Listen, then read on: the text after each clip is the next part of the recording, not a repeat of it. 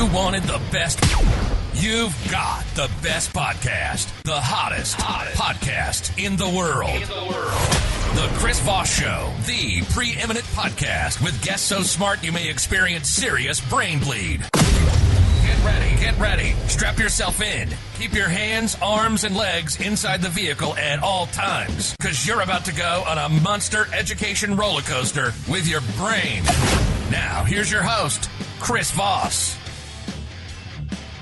On a monster roller coaster ride with your brain. It seems like I should have one of those flight stewards or flight stewardesses stand at the front and give the instructions for the oxygen when it drops down from the thing. It says we should add that to the whole thing so it's there. Welcome to the show, my friends, relatives, neighbors, everybody who's come on the show.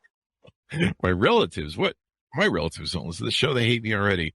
Anyway, guys, thanks for tuning in. Go to youtube.com/Chris Voss. Hit the bell notification button. Go to goodreads.com/Chris Voss. And go to all the groups on Facebook, LinkedIn, Twitter. The big LinkedIn group of 122,000 people over on LinkedIn there. Search for it. Find it and subscribe to the LinkedIn newsletter as well. We love that thing going on over there. Usually what I do say is refer your friends, neighbors, and relatives to watch the show. Your relatives, not my relatives, because my relatives already hate me, and yours will hate me soon enough as it is. So we're excited to announce my new book is coming out. It's called Beacons of Leadership, Inspiring Lessons of Success in Business and Innovation. It's going to be coming out on October 5th, 2021. And I'm really excited for you to get a chance to read this book. It's filled with a multitude of my insightful stories, lessons, my life, and experiences in leadership and character. I give you some of the secrets from my CEO entrepreneur toolbox that I use to scale my business success, innovate, and build a multitude of companies. I've been a CEO for, 33, 35 years now. We talk about leadership, the importance of leadership, how to become a great leader, and how anyone can become a great leader as well. Or order the book wherever fine books are sold. Today, we have In the Hands of God, How Evangelical Belonging Transforms Migrant Experience in the United States. We have Johanna Bard Richlin on the show with us today. She's going to be talking about her amazing new book that just came out May 24th, 2022, hot off the presses. She is an assistant professor of anthropology at the University of Oregon in Eugene, Oregon. Who knew that was going to happen? Eugene, Oregon, University of Oregon. She specializes in anthropology of religion and psychological anthropology with expertise in evangelical Christianity in the U.S. and Brazil. A U.S. migration and studies in affect and emotion based on extensive ethnographic research conducted among Brazilian migrants in greater Washington, D.C. She recently completed her first book that we're going to be talking about today, and she earned a Ph.D. in anthropology from Stanford University, probably in Stanford, Oregon. I'm just kidding. It's not in Stanford, Oregon. Don't do that, people. Don't believe me sometimes. These are just the jokes. A master's in theology studies, which are from Harvard Divinity School, and a BA from Wesleyan University. I'm not going to do any location jokes anymore. Welcome to the show. How are you? I'm good. Thanks so much for having me, Chris. There you go. Thanks for coming. Am I getting your first name right, Johanna? Johanna. Johanna. My apologies. No worries. I'll learn to get that right. So give us your .com so people can find you on the interwebs. So if you just Google my name, Johanna Richlin at UO, my faculty page at the University of Oregon will come up. Also on LinkedIn. There you go. What motivates you want to write this book? So I have always been interested in religion and how people make sense of the world through their belief and through their faith. And especially for people who come from kind of marginalized circumstances and how they draw on faith to help them cope and help them alleviate some of that difficulty. And I decided to go to graduate school to continue studying these issues. First at Harvard Divinity School in terms of kind of U.S. society, and then at Stanford, I did my doctoral research on the same topics, looking at Brazilian migrants and their religious experience in the United States, and that this book is a finished product of that research. Mm-hmm. And why did you decide to study Brazilian migrants? What drew you to that? Yeah, so I had learned that a lot of migrants coming from Latin America in particular, which is a predominantly Catholic region, were converting to evangelical Christianity when they came to the United States. And I traveled to Brazil a few times to learn Portuguese, having become really interested in Brazil and Brazilian history and Brazilian culture and religion. And in Brazil, I had the opportunity to attend a lot of evangelical churches. And then when I came back to the United States, noticed that in places like San Francisco, in New York, in DC, in Boston, these very same churches were all over the place, and were catering to Brazilian migrants here. And so much like other migrant groups from Latin America, oftentimes when migrants come with their Catholic religion or perhaps even already believing in evangelical Christianity, but not quite as intensely, what happens in the United States, what I found is that there is a kind of dramatic intensification of that faith. And so I became really interested in what the relationship was between being a migrant in the U.S. and what that experience was like and how that might alter and change religious longing and what people look for in religion, and then also how that religious experience in turn shapes what it means to be a migrant here in the United States. So they're switching from Catholicism to evangelical Christianity? Yeah, so there were two things that I found. One was either that people were converting from Catholicism. Sometimes these were folks who had grown up in parishes and their entire lives were organized around the Catholic faith and they felt devoutly Catholic. Other times, some of the people I spoke with said that they weren't really practicing, but it was more of a cultural kind of identity. And here in the United States, they needed something more intense and more devout, and they found that through evangelical Christianity. Another subset of the people I talked to had already converted to evangelical Christianity in Brazil. So in Brazil, as in many other places in Latin America, across Africa, as well as across Asia, has experienced a surge of evangelical popularity, where churches are drawing converts from many different religions, but primarily from Catholicism, at least in Latin America and many other places. But here in the United States, those folks who had already been exposed to evangelical Christianity became much more deeply devout. So rather than saying it was something that they went to because their families went to or their neighborhoods went to or they had grown up in those churches, this was something that they really found to be an organizing principle and cosmology of their life. And a lot of people described that by saying, if I thought I had faith in Brazil, I had no idea. If I thought that this was what sincere belief was, I had no idea until I came to the United States. Boy, that Pope's not going to be happy. He's losing business. Is there a reason that the Catholic churches here aren't picking up those people? Or I think I've gotten kind of the implication that maybe they weren't really true Catholics in Brazil and now they're really like finding, I don't know. I'll leave that to you. Yeah, I think that's a question that goes right to the center of things. So what I found in my research was that U.S. Catholic institutions that catered to migrants, even if they had masses in Portuguese and they were trying to recruit migrants to those masses, they tended to be perceived as quite impersonal, bureaucratic, and cold.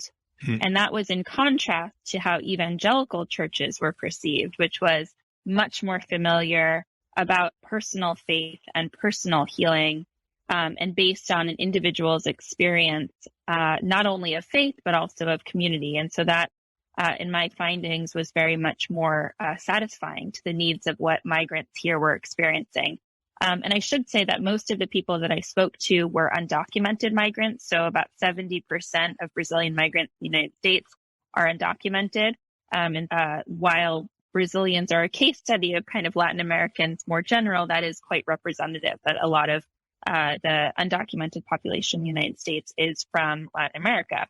And particularly for folks who are living in the United States undocumented without social support, without access to legal visibility, education, healthcare, etc. These places of worship are not just about faith, but they're very much more about social support and about kind of emotional solace. And so I think that the evangelical churches, which were able to directly speak to people's needs as individuals, as migrants, rather than a more kind of community uplift focus, which was the Catholic Church's focus, drew people in more.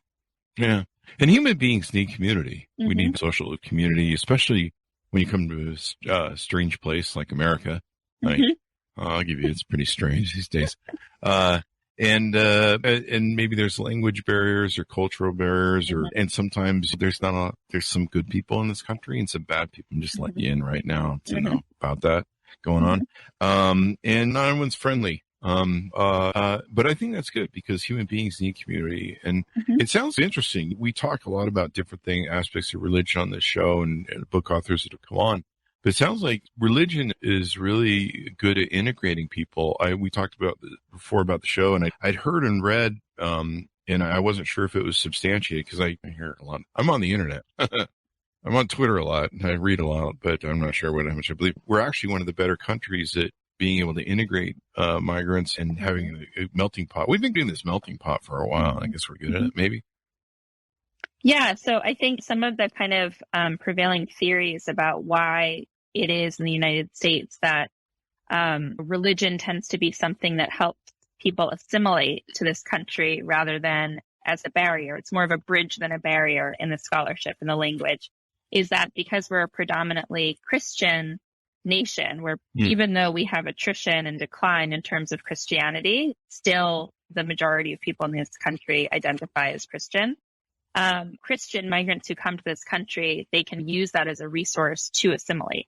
That if they identify as Christian, whether Catholic or evangelical, there's already a cultural kind of archetype in terms of holidays, in terms of belief systems, theologies, how that might correspond to pull yourself up by the bootstraps or a Protestant work ethic, right? Those are things that are not completely foreign. In Europe, you have a different situation where a lot of migrants tend to be Muslim. And so religion tends to be more of a barrier.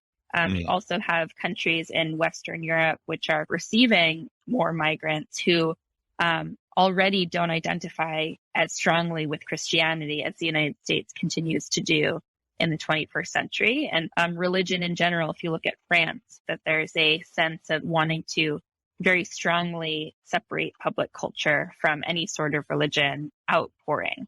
And so the context is different. And that's why you get a sense of kind of religion being the means in the United States to being a bridge rather than a barrier in Europe.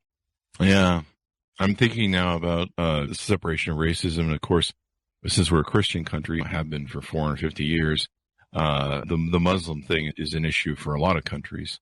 And there's a stigma of prejudices and stuff. But I know that in places like, I think, Minnesota and different things in this country, there's places in Canada that integrate the Muslim community really well and stuff. Yeah, it's really interesting. I think in France, I think one of the problems is they end up in a lot of bad areas or slums. And I think that contributes to the problem, I think, doesn't it?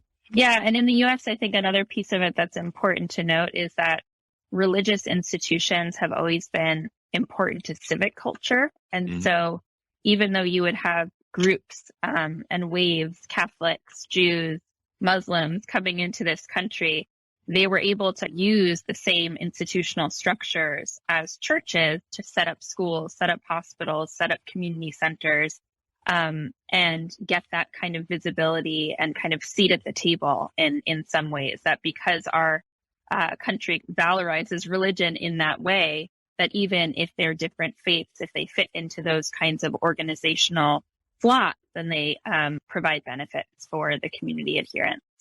And of course, they can help school each other and change our language and stuff, and help at teaching and educating and getting switched over. I remember, I think a month or two ago, we had Learning America. One was a fight for educational justice on refugee children by Luma Muffley, I believe. And she had she came from, I think, a Palestinian and Jordanian refugee. And then she came to America and set up schools to teach people how to learn the language because they weren't converting on learning the language. And so a lot of that's really important. How does this sit? Because we've had a lot of discussions with authors on the show about the white nationalism part of religion. I think it's about 30% of white nationalism. They're very anti-immigrant. They're very racist and stuff like that. How does that fit into the whole body of Christianity and church and those two together getting along? Does it provide some cover for migrants from that end of the religious spectrum? I think it's an excellent question, and I think it's something very much to be determined, because the situation that we have in the United States is coming to a head in many ways. But with regards to American Christianity, you have a situation where there's declining population among white Christians, among white mainline Protestants, as well as Catholic. And so you have every 5 years, the Pew Forum comes out with a poll that shows that the percentage of Americans who identify as what they call religious nuns, people who don't identify or affiliate with any religion, keeps going up. And the number of people who affiliate as Christian keeps going down, right? At the same time, you have growth among migrants and among undocumented migrants. And as you say, Chris, there's an uneasy relationship there, because a lot of these more politically active, right-wing, predominantly white Christian evangelical congregations espouse anti-immigrant views, or at least are not in favor of amnesty or in favor of kind of pathways to citizenship. So I think it remains to be seen if there is a way for there to be some sort of bridging there on the basis of faith. But certainly it's not a easy or easily apparent situation right now. You've made me realize something. We've had a lot of people that have covered white nationalism on the show. And we had Robert P. Jones, of course, a PRI on the show, and I send him little notes every now and then. He wrote the book White Too Long. And he does a lot of studies of the breakdown of the religious people and statistics through his, I believe it's a PAC he runs or something. And it made me realize that white nationalism part really hates migrants and migration.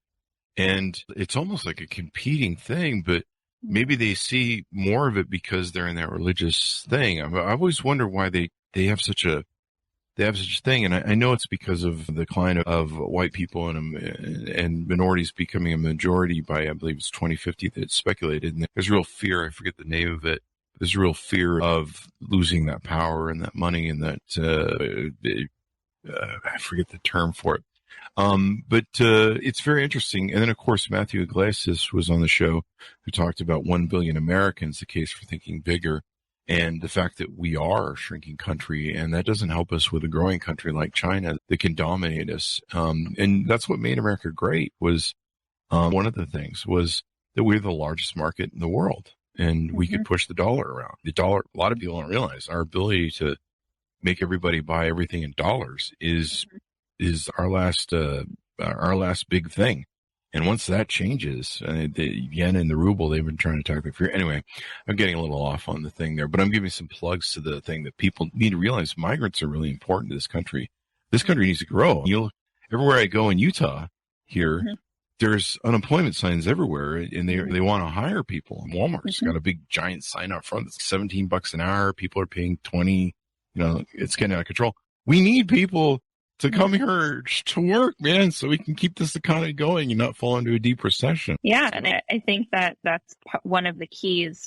Certainly what I write about is that partly it's because of what the experience is for migrants in the country, in the United States, that makes evangelical Christianity so compelling. So because oftentimes undocumented workers are working in the service economy where they don't have benefits, and domestic workers, they're working in restaurants, they're working in landscape. That means that there's a certain kind of precariousness that day-to-day life has, and a certain kind of vulnerability, especially without documents, especially without family. Oftentimes, these are people who are leaving their family and are living in fairly isolated ways. So unlike in the 1920s and the middle of the 20th century, where migrants were living in what were termed kind of ethnic enclaves, right? Now migrant destinations tend to be marked by suburban sprawl. So places like outside of Miami, outside of Atlanta, outside of Washington, D.C. where there's not that kind of public square. It's the kind of Robert Putnam bowling alone that everybody has heard about in terms of increasing loneliness and isolation. And so in that context of what it actually means to be a migrant in the United States in the 21st century, you can see why evangelical Christianity, which offers a sense of intimate community, an intimate kind of embodied experience of God that you can talk to on a day-to-day basis, that can transform your everyday experience, that can lend you power and allow you to feel blessed in day-to-day life if you pray and if you worship and if you embody these ideal dispositions. And there's a sense in which people can feel like they have some power and agency, even when the society in which they are living and enmeshed in refuses that to them. And so that's one of the kind of main arguments of the book, is that you have to see evangelical growth among this population as going hand in hand with what the situation is, the failures of the U.S. to take care of this population or solve issues regarding undocumented migration in the U.S. No, it's really unfortunate. The part of what made this country great was its melting pot. That beautiful statue that sits in New York Harbor and says, "Bring us your tired, your hungry, and everybody." And that's what made this country great. My great grandfather is an immigrant in the 1800s from Germany. He came here, he came into Salt Lake City. The Mormons brought him in. Another example of, I wouldn't call them Christians, but another example of religion helping integrate people. And he couldn't speak a lick of English and stood there at the Union Pacific, and they took him, fed him, and he was willing to work for whatever it took. And that's what built this country. I wouldn't be here without that. And this fact that we have this notion in this country now that we don't need that anymore. No, we do. And the scarcity mindset that we have in this country is just deplorable. Because people think, well, there's never enough. No, the great thing about this country is there's plenty of brilliant minds here. Steve Jobs was a son of an immigrant. The guy who runs Google right now, that's the CEO, was born in a dirt floor in India. The one thing I learned about owning a lot of companies and businesses, there's no monopoly on who has all the brilliant ideas and the brilliant ideas that can change the world and make America better. Mm-hmm. I think this is great for you to highlight this, because it may not change some of the prejudice minds that are out there. I didn't realize there was so much support for migrants, and I've always been pro-migration. But knowing that there's this kind of support, and knowing they're being, because the people always present that idea that, well, migrants are coming to the country and they're just, I don't know, running amok about the country. Like, I don't know who would do that. None of us do it. And yeah. So yeah, there's much more support for them and stuff. Maybe we should do more to support migrants. Mm-hmm. Yeah, I think that we also have to look at American society and our American economy as completely dependent and reliant on the labor of migrants and on the labor of undocumented migrants. That because of cheap, replaceable, vulnerable work labor pool, that's what kind of props up the U.S. economy, especially in certain industries. If you look at agriculture, for instance, if you look at the expanding service sector in places like Washington, D.C., where there's a bifurcation of the economy at the top and at the bottom, the only way that you have domestic workers taking care of the children of elites, right, is if you have this population of low-wage work or restaurants or salons or landscaping. That's a similar situation. Or on the West Coast where I am, if you look at farm workers and agriculture and how that industry is absolutely reliant on migrant wages and migrant labor. But part of that means that securing that in terms of benefit, giving those folks legal visibility, giving them health care, giving them access to in-state tuition in every state, not just in the case-by-case basis.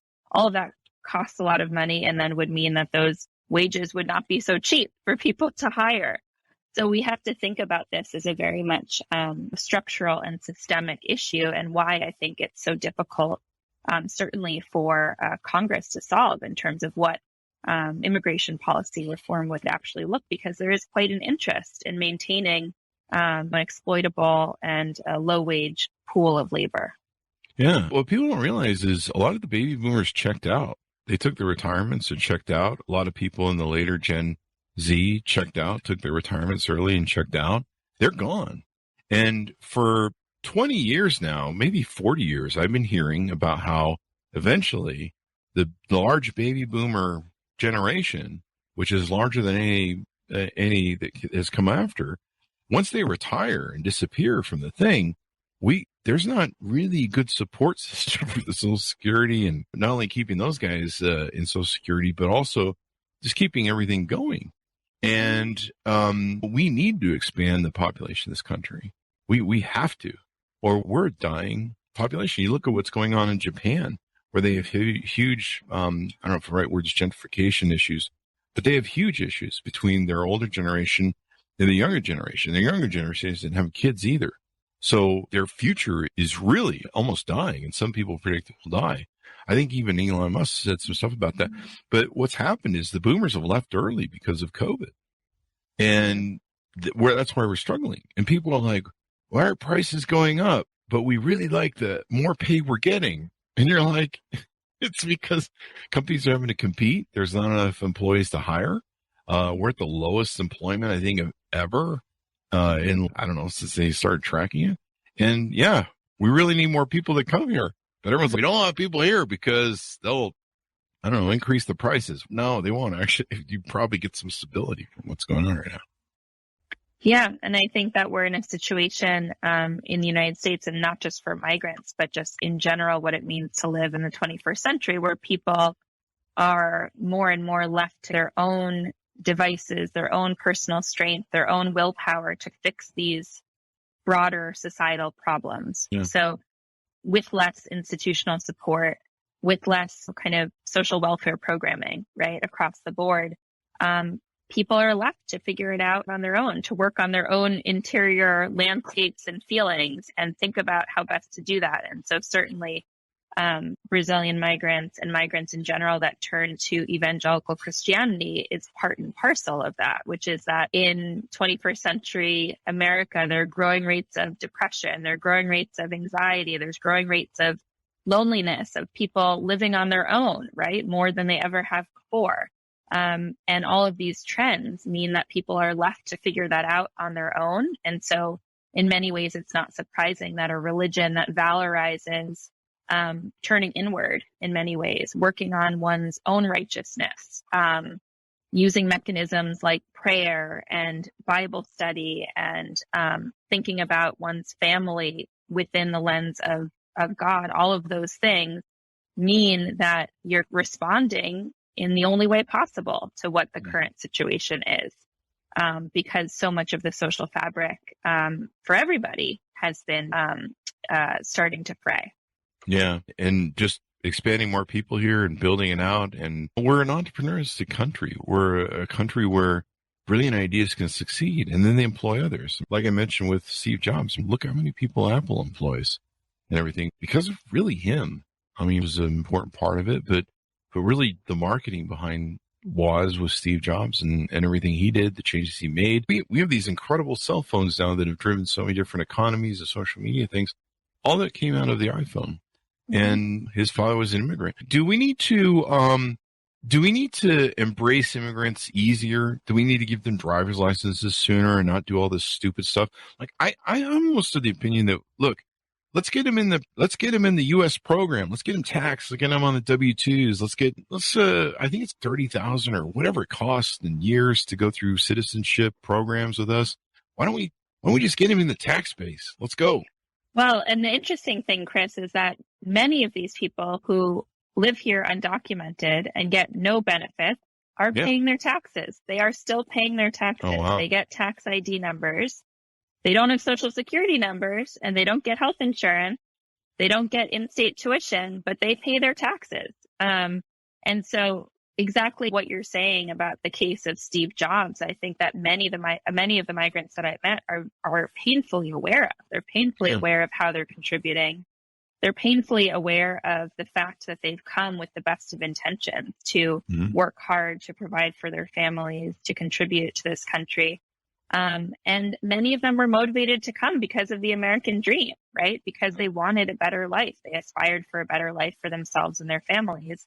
And that's part of the deep despair that they experience here, is that what they had thought and what they had believed is so divergent from what they experience in terms of exploitation and marginalization. Mm. And that really the option before them is to figure out how to imbue meaning and purpose onto their presence in the United States through this other channel.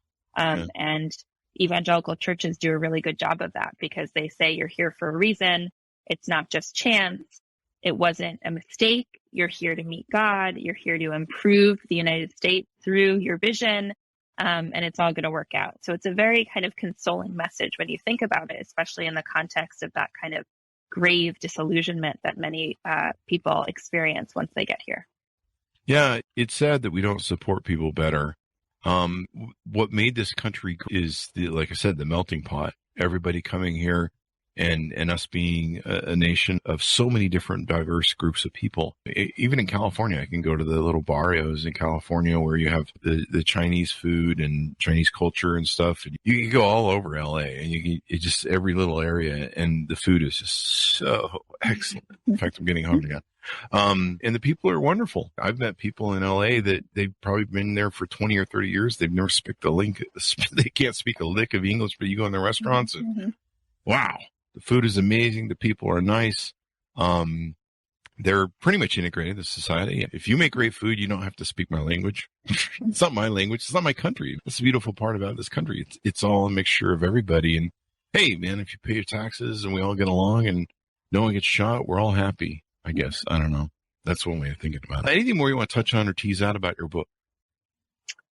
No, I would just say I think that, again, hand in hand with the kind of growth of migrant evangelical Christianity is the enduring stalemate in terms of how we treat migrants in this country, and kind of a inattention to what you're saying, inattention to the great contributions and reliance that we have, and that it's all of a piece. Yeah, people come here with the dream of coming to America, and no other place in the world is a place. No one's like going, man, I really want to go to Russia someday and live there. That sounds like a dream. Like, I'm willing to die to get into Russia. No one's doing that. And the fact that people have that attitude towards us and they want to come here and do something great with it, we should allow it. And I hope your book will open more people's eyes and maybe overcome some people's prejudices that they have, and maybe learn a whole lot more about the future of this country, because we need to grow. A business that's dying, a business that's dying is a business of going out of business. Business that's shrinking is a business that's dying. We're a country that's shrinking and dying right now. And our birth rates, our marriage rates are abysmal. I think they got this little bump on marriage rates, but that might be because of some holdover from COVID and people finally getting around to it. But it's been wonderful to have you on the show. Thank you for coming on. Thank you so much, Chris. I really appreciate it. There you go. Give me your .com so people can find you on the interwebs too, please. So if you go to the University of Oregon and you just Google my name, J. Richlin, Johanna Richlin, my faculty page will come up, University of Oregon. Okay. All right. And check out the book. Order it up. In the Hands of God, How Evangelical Belonging Transforms Migrant Experience in the United States, came out May 24th, 2022, wherever fine books are sold. Thanks a lot for tuning in. Go to goodreads.com/Chris Voss. Go to youtube.com/Chris Voss. Any other place you might see the Chris Voss Show. Subscribe there. Thanks for tuning in. Be good to each other. Stay safe. And we'll see you guys next time.